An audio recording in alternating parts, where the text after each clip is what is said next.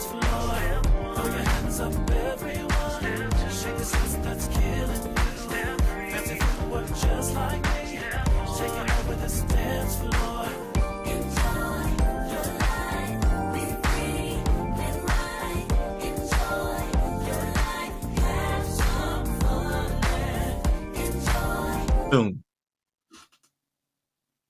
Coming up on Mental Health Marty, we are talking about May is Mental Health Awareness Month, and we want to talk about childhood mental health. Stay tuned. You'll be glad you did.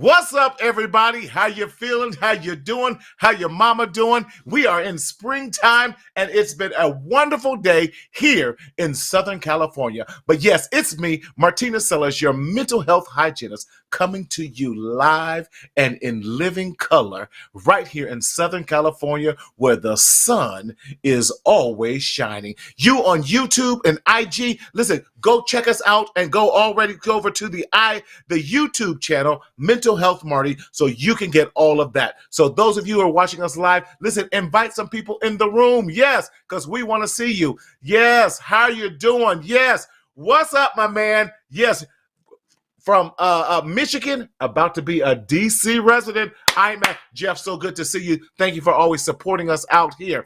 Let me remind you what we do here on the Mental Health Marty Show. What do? We want to remind you that the Mental Health Marty Show is intended for educational purposes and educational purposes only. We are a supplement to your mental health journey. Now, listen, we are not a replacement for your therapist. We are not a replacement for your doctor. We're not a replacement for your psychiatrist, but we are a supplement, and we are a part of your treatment plan. So with that being said, if you're experiencing any type of crisis or medical emergency, please go see your nearest doctor and go to your nearest urgent care. But other than that, stay tuned because we got a great show lined up for you. Listen, on IG, we will check you out later. Have a good one, y'all. And then what we want to do also, listen, we want, how do you like and subscribe, and how do you see us on a regular basis? We are exclusively on YouTube at this point. And we want you, how do you do it? Go to the YouTube channel, Mental Health Marty, and subscribe to that. And hit the notification so that every time we go live, you will be notified of a show when it comes on. I got someone creeping in here. Say hi, Tony. My daughter's kind of creeping in, and it's so perfect because we're talking about mental health and children today. So wave. Don't knock down my step and repeat, please. So I always have a co-host here, and she's my co-host. Yes, this child of mine, gotta love her. But listen, we want to talk. Yes, Tanya, how are you? Thank you for always being amazing supporter of this show. We love you, dear. Tonight we have a great opportunity. Wonderful. And those of you who are joining us on Black Men Made Well, glad to have you there. We have a wonderful opportunity. May is Mental Health Awareness Month. And we also want to make sure that you are equipped with the right tools so that you can be successful in this mental health journey. And we want to help you navigate. But today, the topic is help. My child has a diagnosis. Now what? Many of us are very much afraid of various children and mental health diagnoses by children. One, because we don't understand them. Two, because most of our kids are overdiagnosed and over-medicated. What does that mean? We want to give you the tools necessary for you to be successful in this navigation. I was looking at some statistics, y'all. Yes, I appreciate that, Tanya. You know, since COVID has started, COVID has really brought mental health childhood emergencies, and we need to look at that. Between March and October of 2020, mental health emergencies increased by 24% for youth between the ages of 5 and 11. Hello, Cynthia. And then it increased 31% between the ages of 12 and 17. And when we're comparing that to the year prior in 2019. And also, listen to that. This is staggering. This is what stood out to me. There were a 50% increase in suspected suicide attempts among girls between the ages of 12 and 17 in 29 then when COVID hit. As opposed into the preceding year with that. So what does that tell us? We have some work to do when it comes to our mental health of our children, our mental health of ourselves, especially as the pandemic has truly affected each and every one of us. The pandemic has taken our mental health diagnosis or even our mental health worries, because let's be honest, we all experience some type of a mental health challenges at one point of time in our lives. And with that, you are just really all over the place, aren't you? And with that, we have to see COVID has made it complicated. So if you already had anxiety, now you have complicated anxiety. If you already were having grief, you have complicated grief. You have complicated depression. You have complicated PTSD, post-traumatic stress disorder. And that's what we want to talk about some on tonight, and childhood diagnosis. You are just going to be in the shot with me tonight. Okay, if we're going to do that, let's turn around. Wave to the camera, Neve. I am so glad to bring on with us. She is not a stranger to the Mental Health Matters with Marty show. In fact, she has a book, and we are so proud of her with this book. If you have not ordered this book, we want you to order her book. Go on Amazon and get it. ADHD Is My Superpower, and it comes with great strength. Welcome back to the Mental Health Marty show, none other than therapist herself, Alana Moore. Hey, Alana. How are you? I got my sidekick with me tonight. Listen, where's your sidekick at? He's playing games right now. He's occupied. Oh, he's occupied. I thought this one was occupied, and she was creeping underneath the table at me. But how are you? I'm doing really well. How are you? Yes. You know, I cannot complain. I cannot complain. And can I say this? I am so thrilled. Can you tell everyone where your new employment is at? I'm now working at Marcel Consulting. I'm the new therapist. Yes. And It's on her awesome. way. Listen, we love having you. Oh my God, this is like a dream come true. Because I've known you since you were how old? Oh my God, don't tell anyone, because that dates me, not you. I know. I was like born. My mom to tell me what I knew. Just about. Yeah, And so, very young. you know, what a thrill to have you work for the organization. And I just love what you do. So for those who may not know who you are, Alana, introduce yourself and tell us, of course, you work for Marcel, but your passion and this amazing book that you wrote. I read it to Tony all the time. Oh, I love that. Well, my name is Alana, and I know it says AMFT, but I'm a associated professional clinical counselor. So I'm Yeah. Oh, excited. Yeah, it's yes. okay. I'm excited to. I have a huge passion for holding a space for people, working with people of Yes. all different ages, different mental health Right. diagnosis. I love just like working with people. Yes. And my own son was diagnosed with ADHD at 3 years old, and so that's what Hmm. sparked me wanting to write a book to showcase the Wow. positive qualities in it. So Yes. that's where the book came from. I love it. I love it because too often, I shared this earlier, we have misconceptions. We want to put ADHD as a bad label. And I love what you did. You go through this and you talk about how ADHD is my superpower. Why should we look at ADHD differently as a superpower and not as a deficit or a distraction to who children really are?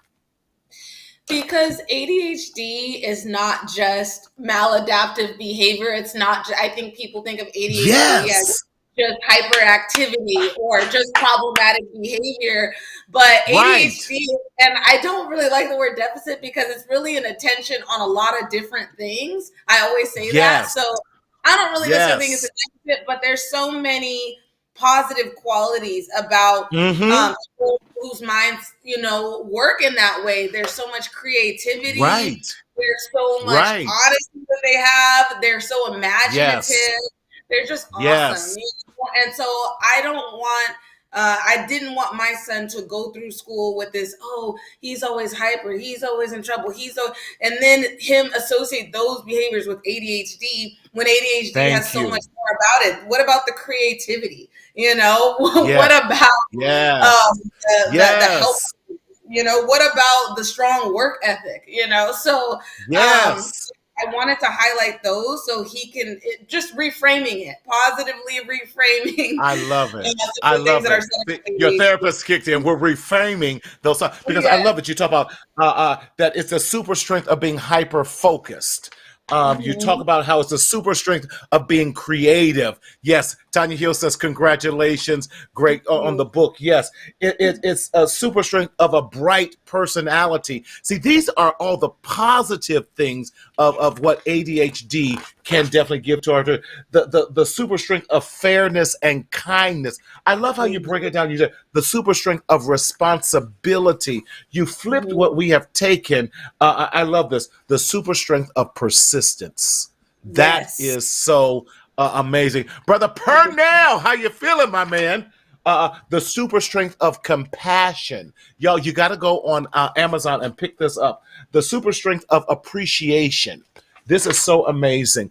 And I love that you have poured that into your son and that your son knows my mother loves me so much that she has written a book about me and for me. And what a difference that's going to make. Again, Alana, love Thank it, you. love it, love it, love it. And applause to you as well. And it's also Women's Health Month, but I know we're talking, but I just want to appreciate you for pouring into the health of young girls and young boys, everywhere, so that they know their ADHD is a superpower and not a weakness. Awesome. Absolutely. Awesome. I want to bring now to the stage, if you will. This is his first time on the Mental Health Marty show. Trust me, it will not be his last. I'm trying to grow up and be like these two young people. It's terrible when your mentees are supposed to outgrow the mentors. And I'm claiming him as my new younger brother. And Alana's like my other daughter in that regards. And I love it because these two young people are so sharp and bright. I just want to do a mind merge and get all the knowledge that they have. But please welcome to the show none other than Mr. Gage Henderson. Yes. Thanks for having me. Man, Yes, glad yes. to have you. Yes. I'm glad to be here. I'm great. I'm great, Well, man. thank you. Listen, this is your first time on the show. Listen, talk to us about who you are, what you do, and why you got into this thing called mental health as a Black man. Because there's not a lot of us in this field. At all. It's interesting you say that because one of my first supervisors, she's a Black female therapist. She looked at me and she was like, you're a unicorn. I stopped. I said, Right. what does that even mean? And now as I'm this far into my career, I'm understanding, really being a unicorn in mental health is having the ability to touch a certain group and population of people that otherwise wouldn't be touched.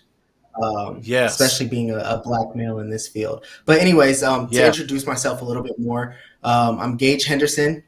I am a registered associate marriage and family therapist. I have completed my clinical hours, so I just need to pass my test and we are good to go. What got me into this field was interesting. I actually wasn't supposed to be a therapist. Really? My goal was to go into policing. So I was. This is such a better field and safer. Incredibly safer. Right. So I was supposed to go into policing, and just by my honesty, integrity, I ended up getting denied for a couple of the agencies that I was going towards. And, I was told, just come back in 2 to 3 years and you'll be good. You'll be a shoo-in.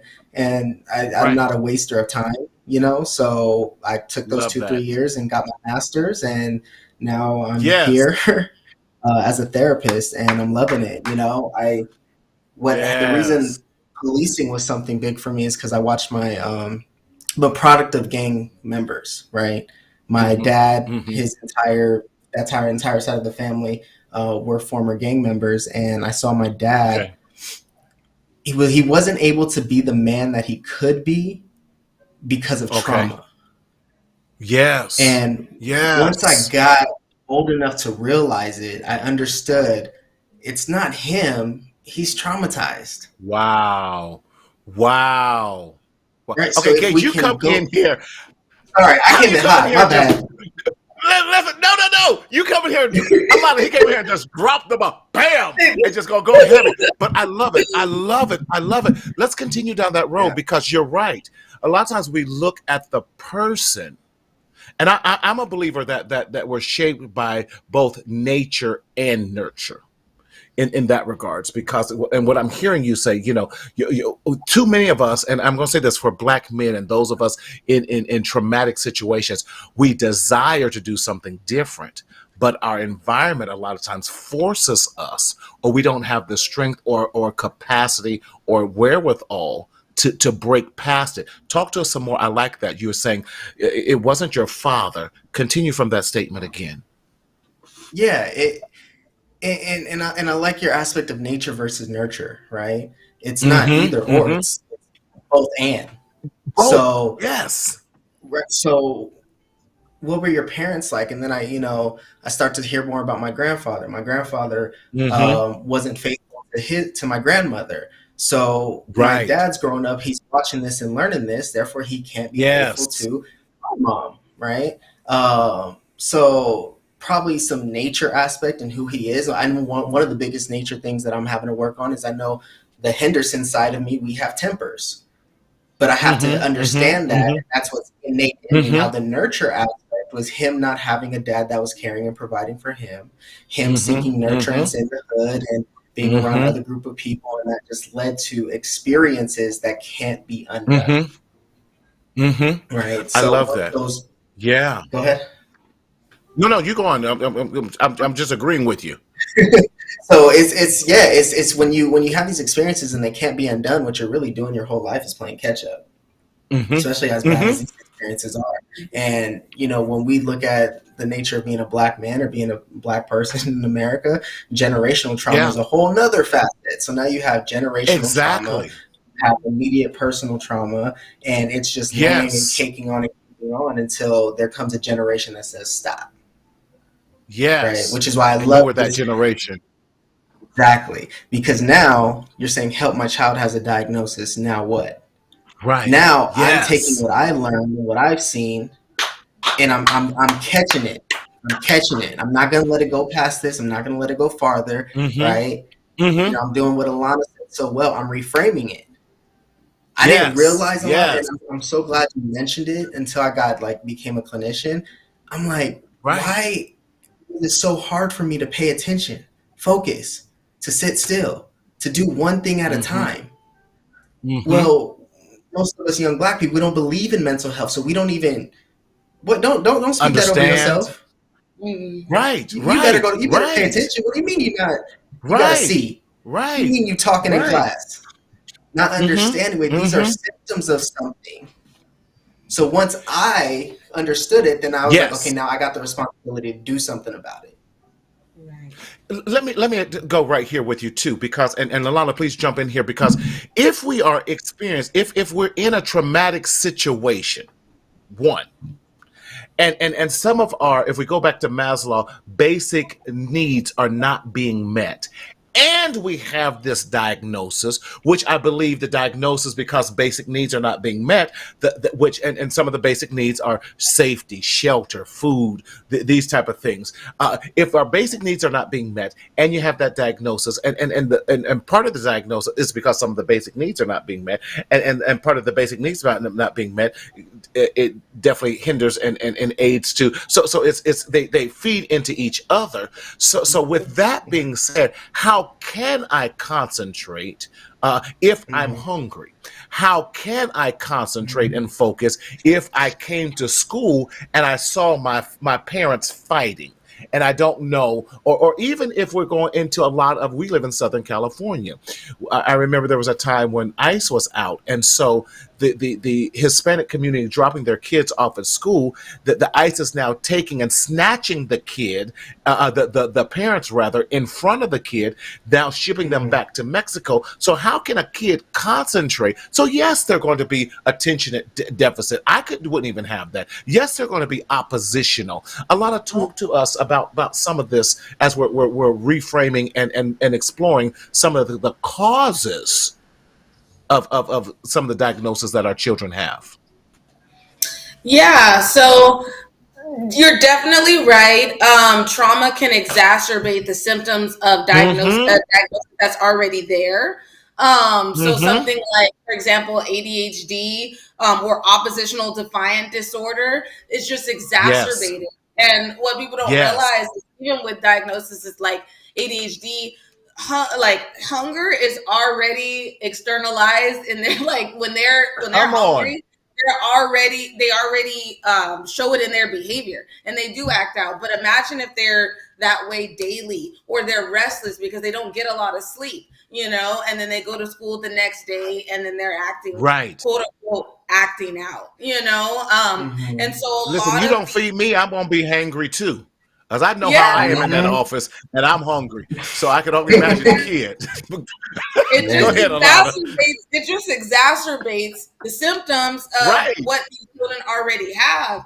But there are some other things that can cause some of these, or be, I guess, talk to us. Precursors to some of these disorders, like borderline personality disorder, being exposed to child abuse, being exposed to domestic violence, right? You can go and start to have symptoms where there is strong reactivity, but being so exposed to just exacerbates the symptoms of what people already have, and what it looks like to the teachers, right? Or what it looks like to school professionals is, this child is they don't want to listen, they're just acting out. No, they need something. There's a need there. They need attention. They need stability. Yes. They need to process their emotions. So, it's just exacerbated, and it's just so misdiagnosed and seen the wrong way. I've been there, done that, and went through it. Well, and if I may, go ahead, Gage. The need is there, but the desire of the helping professional at the time isn't. Right? It's like reminding yourself what got you in this field. Say that one more time. Yes. The need is there, but the desire to help of the professional isn't. Yeah. So we can go back and forth all day, but you have to be able, you got to have someone on the other side of that kid that is wanting to get onto their level and say, let me hear you, let me see you, and let me feel you. Come on. Right? And that's where a lot of our kids, especially I think our kids of color, because they're difficult and they're taking my time away, and they're yeah, but you're not understanding that this kid is going to go home later today. And actually what he did, he took 2 hours to get home because he knows as soon as he gets there, he's going to have to watch his mom get beat. Yes. But we're not allowing ourselves to be a little bit more empathic to receive that child in a way where we're resolving the root issues. I love what you said. There's a need there, Alana. Yes. Mm-hmm. And that's why, and y'all, I'm so glad, y'all. I told y'all we got the bomb therapists on here tonight. These young people, and I'm always encouraging young people. Listen, we need more competent people, such as Alana, such as Gage, that can meet us, who have passions. I tell y'all, jump in the psychology field. Jump in the we need more social workers who understand our cultural competency is so key and understanding, so that I remember the first time I used to do wraparound, y'all, when I walked into some of the youth home, and I was a behavioral specialist. So I definitely, for those who may not know, so my job was working with teenagers, specifically teenage boys. I'm too old to do that now. So I'm just letting y'all know, don't call me, call Gage. I got too much gray in my beard to deal with that. But I remember walking into some homes and they were like, oh my God, finally someone who will understand us and understand what we're going through, or at least be empathetic to it.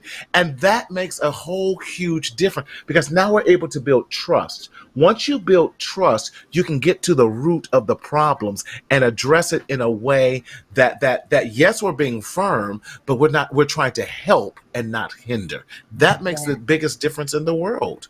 It really does. It really. Let's talk about, since we're talking about ADHD, Alana, you have mentioned oppositional defiant disorder, ODD. Listen, they said Alana for president. I know that's right. Go ahead. I told you she's tough. I love her. Yes. But when we're talking about oppositional disorder, when we're talking about conduct disorder, I remember I walked into Build Trust First. Yes. Portia, hello, darling. How are you? That's my girl. That's John Henry Scott's wife, Portia Scott. So hello, darling. But what we have to do, I remember walking into the home of this 16-year-old young black boy, and he says, what, you just gonna call me opposition like everyone else? And he was just going off on me, and I said, no, you're not oppositional, you're depressed. And he just cried, after that, because for a lot of us, especially, let's look at what we tell young boys in the message with: shut up, man up, don't show emotion, don't be a punk. Because in black culture, if a man is too soft, then that's a problem. So we've learned how to put things up. Let's say that this was a struggle for my son. Diagnosis. Oh, thank you, Cynthia. But no assistance. He was labeled a bad child. He tested gifted. See, but he was never child. Gage, talk to us about that. Talk, because I saw. I'm sorry. This triggered me. Oh my gosh. Yes. Backgrounds coming from working in group homes. Right. We had so many kids that would come in with an IEP, a 504 plan, whatever, which is emotionally disturbed, ADHD, other health impairment, which is just, what does that mean? Right. Let's put some language to this. Let's put a little bit more thought to this. Yes. And then what happens is you take these group of kids who are really gifted, really smart, really intelligent. I mean, I know it may be impairment but for a 15-year-old kid to run a major drug corporation, come on, there has to be some strengths there that we can work with. But you took this kid and you put him in an isolated class with packet work. What is that going to do? Well, he's wasting his time, and he knows he's wasting his time. So I'm spending 8 hours. I love it. So I'm spending 8 hours in school doing packet work when I could be using this 8 hours to go make 10 G's. You're tripping. Yes. Yeah, come on. So, and that's what happens to our kids, is that we don't. Yes. We want to take them in like they have ADHD, so we're going to put them over here. Well, let's teach them about that ADHD. This is what ADHD is. This is how you can use it. This is how you can frame some of those things. Yes. Right? If you can do multiple tasks at the same time and you can't stay focused, how about instead of giving this kid one task, give him 2 to do at the same time, and watch that kid excel. I give him 5. Right. Because their brain is just going at, like Alana says, they're super creative. Alana, talk to us about that creativity that is often ignored with children who are ADHD, and then they get mislabeled. and misdiagnosed into oppositional and conduct. Then we're just going to briefly talk about then if they're mislabeled, then they're given wrong medication. Woo, that's a whole nother thing. Exactly. Sorry, it froze for me for a little bit, but right. Exactly, they are, and I with ADHD specifically, a lot of times if the child is idle, if you're leaving them idle and there's no structure, then of course a child with ADHD who has a lot of different things on his mind and wants to know, what am I going to get into? What can I, they're going to try to find something. Why don't you give They will find something. They will find something. So it's like give them something productive to do. But people don't understand that. They just say, I don't want you in my class. I don't want you over. They're dismissed. And so they know that they're being dismissed. So they're like, well, you don't want me in your class anyway. I'm going to do what I want to do. Instead of you giving me something productive and you building my strengths, you're just dismissing me and telling me that you have no need for me, Yes. Thank you for these comments. This is a reality of many schools. And then Cynthia talked about she had to fight the district for 5 years. And see, what a lot of people don't realize, you go to the district, and as soon as you place that request in, they have 30 days to get that evaluation in. And if they don't, they are now out of compliance, which then opens them up to a lawsuit. See, what happens is a lot of us don't know our rights and what we have. And so we're operating like Cynthia, I applaud you for not giving up, because a lot of us after 5 days or 5 months would have been frustrated and given up. But you kept pressing because you knew the value of your son. And then challenge the IEP. Challenge who's giving the IEP. Challenge, say, hey, I know you got a person in here who's a psychologist, and don't be afraid by that term. A psychologist is a fancy PhD for folks who can give. For folks who can give higher level assessments than what we can. I wasn't gonna pay $100,000 just to make $10,000 more. If I'm gonna pay that much money for school, I need to make at least $100,000 more. Now that's why I said I don't need that one. But I appreciate psychologists, I really do, and we need psychologists. But listen, if you are in need of a psychologist, give us a call. I got in my Rolodex about 5 Black male and female psychologists who understand our children and who want to work with our children, because you need that to understand how to navigate through the educational system. And we do not take no as an answer. I see you both, Gage and Alana. Gage, jump in there, and then Alana, come on back and follow through. And what you're touching on is the biggest key. I think this solves the answer. Now what? Now find a competent helping professional. Don't just go to anyone because it's easy, because this is taking too long, because this is what I can. Your child's health care and their livelihood, that's an investment. So if we can make investments in houses, we can get equity in that, we can do Bitcoin and all these, you can do that for your child, because the problem is that you get these helping professionals who are looking at an IEP and say, this is going to cost us how much? Okay, you're looking at your cost. I'm looking at the years my child has to have right now. I've heard of another social worker look a Black dad, and I'm providing therapy for this man. Look a Black dad in the face and say, if you just sign away your rights, she won't go after child support.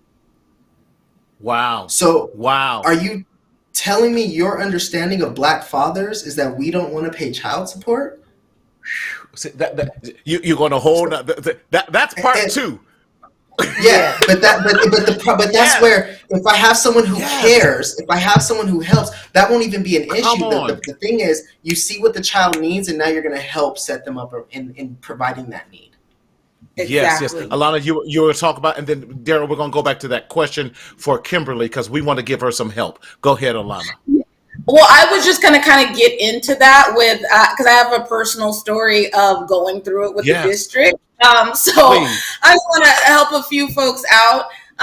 So my son, long story short, when he was 4, he was in traditional kindergarten, and around maybe 3 or 4 months in school, he started to display different behavior, and like basically like walking around the classroom, just really what they said was very disruptive, and even said was aggressive or threatening, which I don't know how that could have been at 4, but anyway, so I called the meeting because I'm like, we need to do something about it, and I was an education major, so I'm like, I know we're calling a meeting. I want to talk to the staff, and I want to see what can we do about this. So call the meeting. They first said, they really tried to say, well, let's suspend him. He needs a special education classroom. I said he absolutely does not. So they were suspending him and saying, well, he doesn't need an IEP. So I'm like, but how does he not need an IEP, but you're going to move him to a special education classroom? That doesn't make any sense. So the principal kept saying, no, he doesn't need an IEP, because what they wanted to do was suspend him so much that he was expelled from the district. I'm like, you just don't want my child in your district, and that's not happening. Right. So what I did was I consulted with a special education attorney. It was free. Yes. And I consulted with her, and she told me go to the special education director in the district, which I did, who then kept the principal accountable. So at our next meeting, she said, why hasn't this IEP process started? Why hasn't there been any testing done?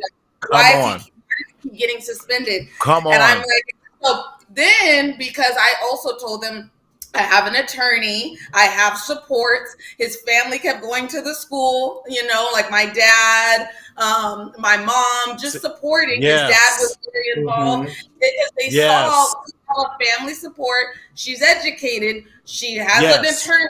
And then they're like, oh man, okay, we'll put him through the process. We gotta get this together. Finally got an IEP. He finally got an IEP, finally got one, but really they were trying to push him out, and it was so frustrating because that was their intent. But go to everybody that you can in the district, because what they want you to do is just throw up your hands and say, okay, we'll quit. Yes. Okay, we'll get out of the district. And that's absolutely not going to be the case. So, Kimberly, I hope we were able to. Where can parents find resources to understand our rights within the educational system? That is absolutely excellent. I would say start with your school district there, first and foremost. Every child has a right to an education. They cannot. Let me say that again. They cannot be denied. Start with your school district. Go skip the school principal, skip all of that. Go straight to the district. Ask for what are their special education, or what are their procedures for getting an IEP. What are my rights as a parent when I'm fighting for my child? Again, if you need some support with that, please reach out to us at marcelconsulting.com. We'll have the information at the end for you. We will put that up, and we will help you out and navigate through that. They cannot deny you those rights whatsoever. You can call your insurance company if you have insurance and ask them, hey, I need a referral. If you get your own private stuff, start off with your therapist and ask the therapist to make a referral to the psychologist if you're able to run through your insurance, and then you can get that as well. Or you can do private as well. Private gets a little bit more expensive because when you're talking about psychologists, you're looking at a minimum of about $250 to $300 an hour, up to $500 to $600 an hour with that. But there are definitely some scholarships and some other things that can definitely help. But if in doubt, look up Steps to an IEP online as well. There's plenty of information out there, but start there at your district because there's so many special education out here in San Bernardino County. It's SELPA. I forget what that stands for, but there's so many things that happens because my daughter also has an IEP. Just because of the situation she was born in. And she loves the extra attention that she gets. And let me tell you, she is reading like crazy. Y'all didn't tell me that they have sight words in kindergarten.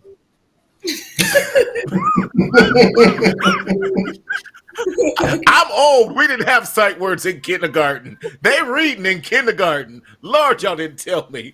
No, Alana, thank you. It's such impertinent information. Gage, I'm going to go here. What are some common things would you say when we're looking at some of these childhood symptoms, especially during the pandemic? What are some things that parents can look for in the difference of behavior maybe that their kid is displaying that they might need to seek some professional support? Yeah, I mean, well, when it comes to behaviors being displayed, it's really anything that's causing some sort of rupture in the family dynamic, right? Some sort of rupture in their engagement. So I think, a lot of times us as parents, we don't really get on the ball until it becomes a huge issue and there's a huge outburst. But I would say something more to look at the minor details is my child isolating themselves now? That's right? good. That's one. That's Are good. you isolating yourself? Is my child more irritable? Are they talking back a little bit more? That's good. Were there things that and this is all depressive symptoms, were there things that they used to do that they're not doing anymore? Not doing. That they used to go out and ride their bike. They used to go out with friends. They used to have a lot of fun. Now they don't hang out or talk to anyone. They used to play. And I think another thing too is like we see our kids and we get them the Fortnites and the Call of Duties and everything, and they're just playing video games for hours and hours. And we think, oh, they're fine. They're just attached to their video game. Well, what is the quality spent on that video game? Right? Are they socializing with their friends, or are they kind of just mind-numbingly playing for hours at a time? Because then what that kid is starting to do, they're really starting to dissociate. And now we're saying, what is it? What are they running from? What are the things that they're not doing? And we got to be a little bit more attentive to that. I think the hardest part, though, with our teenagers is getting them bought into the idea now of how do you get them to therapy. Yes. Because the one thing I noticed, we have a teenager, and we brought up COVID. Once COVID happened, she went through a period of just, it seemed like her whole personality just died. And we didn't know what happened. We're like, I don't know. She's not acting how she used to be. She's not exciting. She's not, what's going on? We didn't realize, and I'm a therapist, I didn't realize she was grieving. Yes. She lost her friends. She lost school. She lost she had to go through her first year of high school on Zoom. That's a grief process. So now when we can see that something changed, now we have to join with them and say, hey, we understand that you may be going through some things. How can we help you? Gage. Right. That's good. Right. And then now you give the child back the voice and choice where she was able to say, I think I would want to go to therapy. Cool. Let's get you into therapy. And like that. I mean, well, I don't want to say like that. Let's be real. It's a process, right? For all of us. But and I think go ahead. I was just saying what it is it's enjoying and embracing the process. I see my child needs help. I'm intervening. I'm going to get them help, and I'm going to walk with them as they get this help. Whatever they go through, we're in it together. That's right, and taking the fear of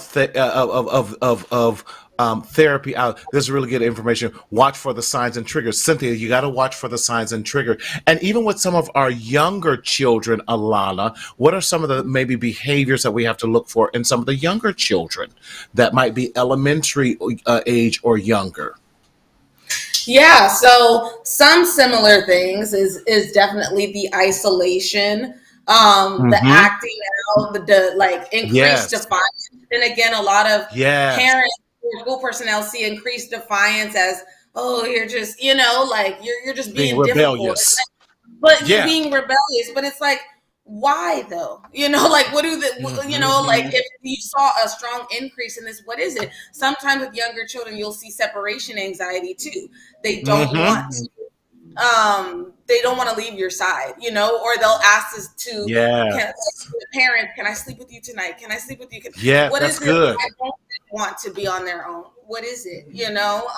So you'll notice some of that, or even some emotional ups and downs. Like 1 minute the child is laughing, the next minute the child is crying, and it's like, okay, that's good. These shifts that I have not seen before, and so that those usually are things that manifest in younger children that, again, parents might see as just, oh, they're just being defiant. I don't know why they're being weird, or they lost their taste for these certain foods. I don't know why. Oh, well, but it's like, no, that's something to explore. Why aren't they eating as much? Why aren't they touching? Why aren't they not spending as much time with you? Why are, just different things like that. And you triggered a thought in me, Lana. Go ahead. It's saying that when you say why, it's what function is this behavior serving? Right. Yeah. Right?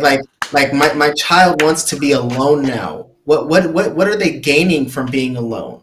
Right? My child wants to spend more time on their phone. What are they gaining from being on their phone and TikTok and all these social, right? Let me be curious and be interested in what is this doing and serving for my child. So now I can make appropriate redirections, right? My child doesn't want to be away from me, right? Every time I take them, or they don't want to go to a certain person. Okay, instead of, hey, go give Uncle so and so a hug. Hold on, let's check Uncle so and so because they don't feel comfortable with Uncle so and so.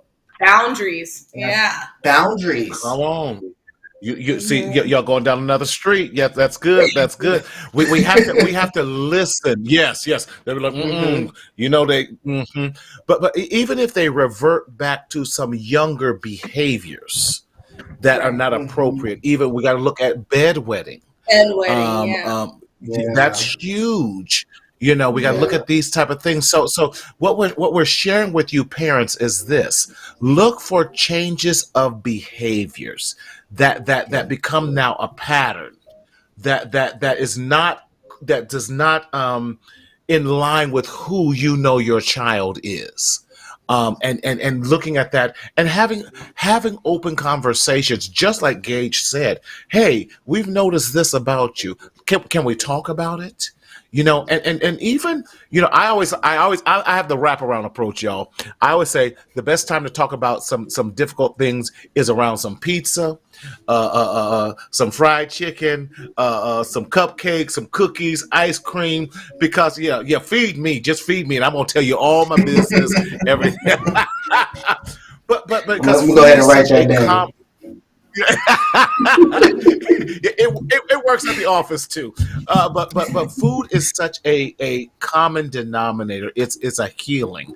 That's why we talk about soul food so much, because not only does it come from the soul, there's a difference about the gathering when you're eating together, that you have this opportunity to share. So I can say, hey, Alana, how was your day? What are you going through? Gage, hey, tell me about what your day was like. And I saw you got this award. Tell me about that. How did you feel? I'm so proud of you. So now we have this connection, so what we can do that. Yes, comfort food, baby. That's right, Cynthia. I could use me some greens and yes, I had wings and waffle on Sunday for Mother's Day, and that touched my soul. Yes, it did. This has been so. Sorry, I was going to say, can I say something about how also parents can support? Yes. I was just thinking about a client that I had where the daughter, it was a family session, and the daughter was expressing, that she was going through a lot of depression. She had suicidal thoughts and different things like that. And the mom's response was so indifferent. And she's like, well, I don't understand why she would be doing this when she has, a good life. But the mom, the root of that was the mom is so disconnected from, she disassociated from her trauma so much that she didn't want to tune into emotions. So now when your child is expressing them, you're so uncomfortable with it, and not, you don't know how to space for it. So I would say to parents too, to really check on yourself, good. And are there that you still have to process? How comfortable are you with talking to your children about some of these deeper rooted issues or some of their traumas, And so I think parents get comfortable with that for themselves to be able to hold the space for their children. Yeah, Yes. very good. And Cynthia and anyone else listening, listen, you have two experts right here, Alana and Gage. And we encourage you, listen, you can reach out to us. They would definitely love to take you on. Even we do even inquiries. You know, you don't have to just commit to us or what have you. We will do a consultation because we want to be here to help our communities and people who are secretly suffering in silence. And that's what we don't want to continue to happen. And so, yes, we have to make money, but no, we're not in it to try to make money off of your back. But we want to make sure if you're healthy and strong, and let's take away this stigma with that. Wow. Can you look, y'all, our time is almost up. I can't believe this. You know, it goes by so fast when we're talking about a topic that we love talking about. You guys got to come back. We got to continue this conversation. We're going to get another time sometime coming up soon and do that. But Alana, talk to us your parting words of wisdom for parents and how to identify when their child needs help, and how can we get a hold of you? Yes. Again, parting words is really, I know sometimes there's some pride there. I don't want to know that my child has, I don't want I don't want to accept that my child might have something wrong. And it's kind of like avoiding going to the doctor so much that the symptoms get worse and worse. And then by the time you have to go and fix it, you need a bigger operation. I would say, I want to tackle this right now. You know, please get the help for your child and get the help for yourself, because it is so freeing. And it'll be so important for your family dynamic and breaking those negative generational patterns. And where you can find me is, my Instagram is at No More Chains. Sorry, it's kind of hard. Come on. No More Chains. More with two O's. And so I have a business page on Facebook called ADHD Is My Superpower. If you guys want to check out the book, so it has a link to the book there, and so does my Instagram. So that's where you guys can find me. Love that. And Daryl, can you show us that book so they can get it one more time in case you joined us late? This is by Alana. ADHD Is My Superpower. It comes with great super strengths. Right here by the author herself, Alana Moore. We definitely want you to get that. If you don't have, let's support Black-owned businesses. Let's support great writers such as Alana. Now, I kind of heard from the grapevine, being you, that you're working on your next book. Am I right? I am. It's my personal story. So I'm excited. I'm writing about myself, so I'm also kind of going through healing while I'm writing. So Come on. You better do some self-reflection. Yes. I've done that before. I did mine in the form of a play. Good God. But that's a whole nother story. Alana, I can't thank you enough. You keep doing amazing work. And yes, these two amazing people work for Marcel Consulting. Gage, parting words, and how can we follow and get a hold of you? So my parting words would be, for all parents, is that you have an opportunity, a beautiful opportunity. And each day is one. So each day that opportunity is not used, it's an opportunity wasted. I will say that you have to be mindful the question is, do you want your past to define their future? Wow. If the answer is yes, keep doing what you're doing. If the answer is no, then use those opportunities to create a different future for your children, a different outlook at what you would have wanted for yourself. Yes. Right? Yes, that's and good. Where to find me? I'm on Instagram only right now at the Helping Henderson. So that's the Helping Henderson, one word. I got a couple things in store. I'm not gonna lie, Alana's book completely and inspired me and encouraged me. I was in my prayer time with the Lord, and I said, "Oh, Lord, what do you want me to do?" He gave me one book, and then he gave me two more, and I'm like, "You need to slow down. Let me just get one first." So, Alana, I just want to thank you so much. I got someone who knows someone who publishes. So okay, we'll be I got talking, someone Marty. who's local for you. Yes, Yeah, That's someone that knows someone that knows someone. Yes, love it. Love. Yeah. Can we get a sneak title preview? A sneak title preview. Oh my gosh. Not yet. Okay. There's some things I know about the Lord, and when He refines in dark, He polishes in the light. So I'm gonna just let Him refine it, and then that's good. What He refines in the dark, He polishes in the light. Oh, y'all too deep for me. I'm just Marty. I can't thank you both enough for sharing your wisdom. Listen, guys, we are so excited to have Alana and Gage with us tonight, who have shared, help, my child has a diagnosis. Now what? We don't want you to continue to secretly suffer in silence in the shadow of shame, but we want you to definitely reach out to get the necessary help you need. Our children need us. So how do you get some mental health resources? Here's some that we definitely subscribe to. If you are in crisis, you can text crisis to 741-741. They have people there to support you. Myself, Gage, and Alana, I believe also, we are on Psychology Today. You can find us there. Also, therapyforblackmen.com. They still have scholarships for Black men who are in need of therapy. My profile is on there. Also, my profile is on Good Therapy, and you can also find therapists who look like you. You can screen them and see their profiles before you make that decision. Also, marcelconsulting.com. We would love to have you consider using us for your therapy choices.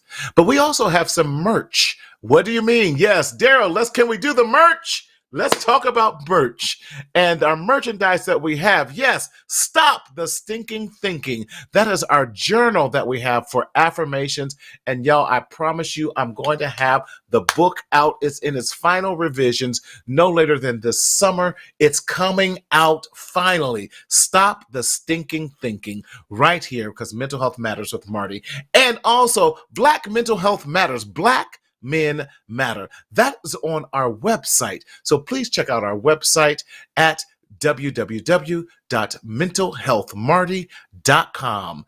And definitely, we want you to use those things to help you along this journey. Because in this journey called life, we don't want you to continue to secretly suffer in silence in the shadow of shame. But like I say every week, we want you to speak up, speak out, so that you can live. And as always, to remember to enjoy your life. We'll see you next week, and we have another super show for you. Be safe. God bless.